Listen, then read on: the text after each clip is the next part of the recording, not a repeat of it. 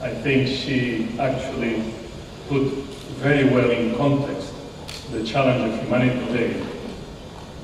But given that I was already introduced, I will share with you some views today about what I want to propose as a core of this continuous dialogue, which is a new eco-morality. I'd like to say, first of all, that the past approaches to values and sustainable development are sometimes not very well known. Because I've been very old in the profession, actually, I've been an actor from the very beginning of the debate on sustainable development in the 60s, 70s, and 80s. And also, I think I have made some contributions intellectually and practically on how to do it. But let me list for you what this traditional approach actually is or has been in the past. First of all, one of the fundamental issues, it was the economic calculus. And I think Princess Irene made it very well. If there was to be sustainable development, it was dominated by this economic quantification of benefit and costs. The second thing is that most of what is quantified is material. The non-material was not quantified, so it was concluded it did not have value. And this was the first clash between ecological values and economic values. Because in ecology, not everything can be quantified. The other part of this paradigm is that economic valuation was about willingness to pay in the market, and this was a very individualistic way to understand nature. The next interesting, it was the domination yesterday and today of the market solution. What is not traded in the market also is seen as not having value. So forest has value in furniture, water has value in industrial development. But what about freestanding forest and pristine water?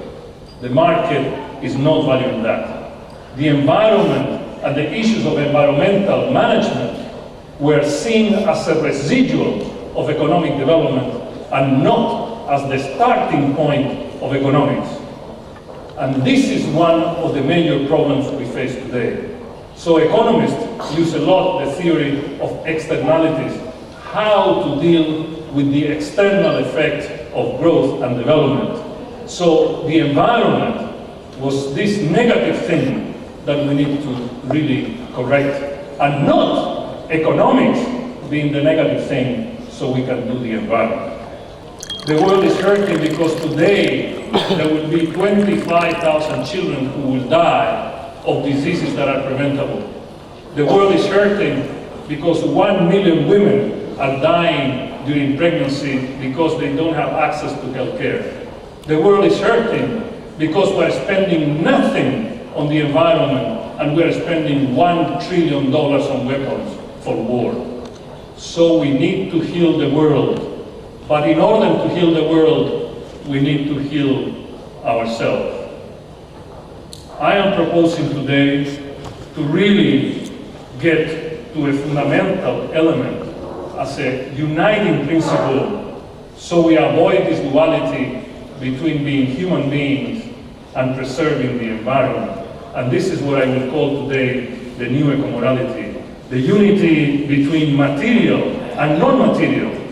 So we eliminate this duality, the union between being individualistic and being part of the collective, the union between being local, national, and being global, and the union that is needed between being culturally diverse and relatively in its own culture and being universal. But before I get to this eco-morality, I'd like to throw to the audience some fundamental questions, because this is probably the guiding principle, the navigation principle for the topic. I would like to ask, are we now at a turning point in humanity? Are we now at a turning point in China? Are we now at a turning point in India, in the United States, in Europe? Or are we still to drag on to keep decaying for more time and wait for this decay? The second question is, do we have the level of consciousness and the level of coherence to understand this turning point and really make the turn? Or we need to really focus on the individual and the collective coherence to make the turning point? Are we reaching the limits of economic growth, materially speaking? Is this the time we need to turn into the quality of growth in addition to the quantity of growth? We're expecting something. What is this hidden resource that we're expecting to really mobilize today to make the change? Is this the human factor, or is technology in a material way? Is this the human consciousness, or is some production, consumption, and trade? Is this really the brain and the soul of who we are, or we're expecting something else? Where is the hidden factor? Where is this beautiful hidden factor of China that is making China so glorious and so progressive?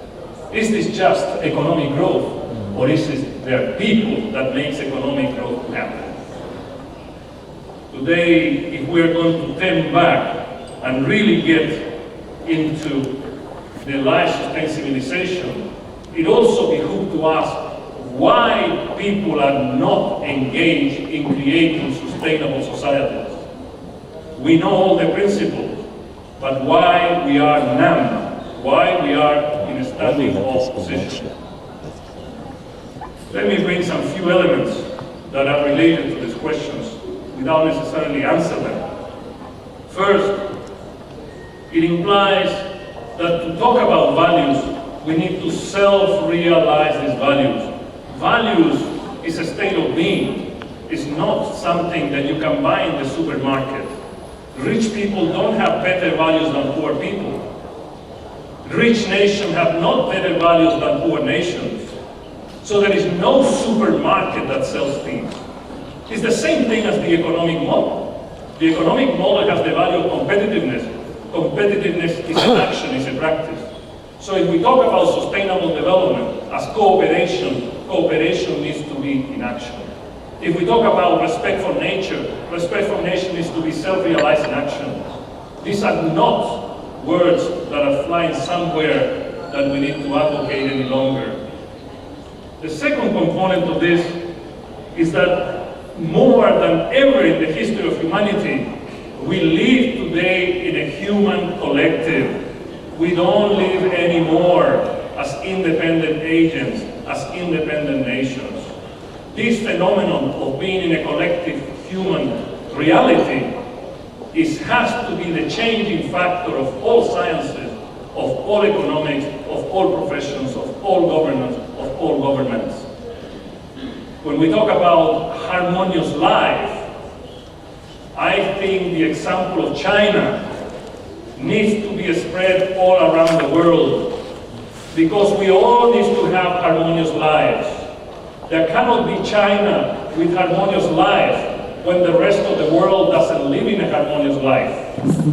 And there cannot be harmonious life for the world if China doesn't live a harmonious life. The harmonious life is the most powerful principle of interdependence.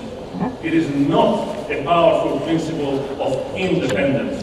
So we live today in a collective in which everything needs to be looked through the glasses